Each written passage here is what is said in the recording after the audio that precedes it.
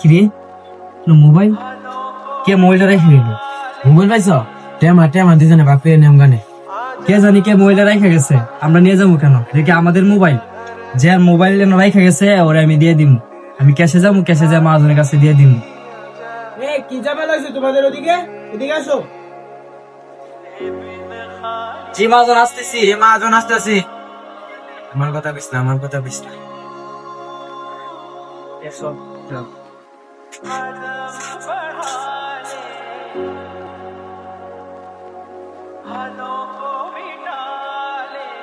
জি মহাজন বলেন।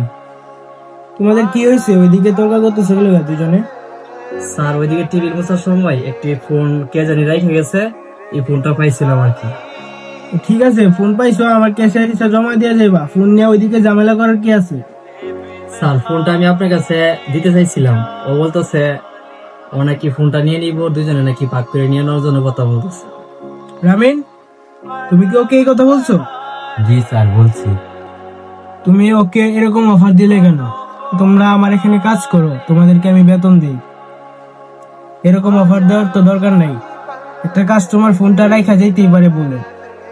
আচ্ছা, ফোনটা আমার কাছে দাও তো। এরকম করলে কিন্তু আমার কফি হাউসটা দুর্নাম হবে। এটা মাথায় রেখে তোমাদের কাজ করা উচিত। নেক্সট টাইম তুমি আর এরকম করবা না। স্যার আমার ভুল হয়েছে, নেক্সট টাইম আর এরকম হবে না, আমাকে ক্ষমা করে দিন। আমি আমার ভুল বুঝতে পারছি। আচ্ছা, তোমাদের কাজ তোমরা গিয়ে করো, যাও। আমি মোবাইলটা রাখলাম, পরে নিয়ে যাবে না।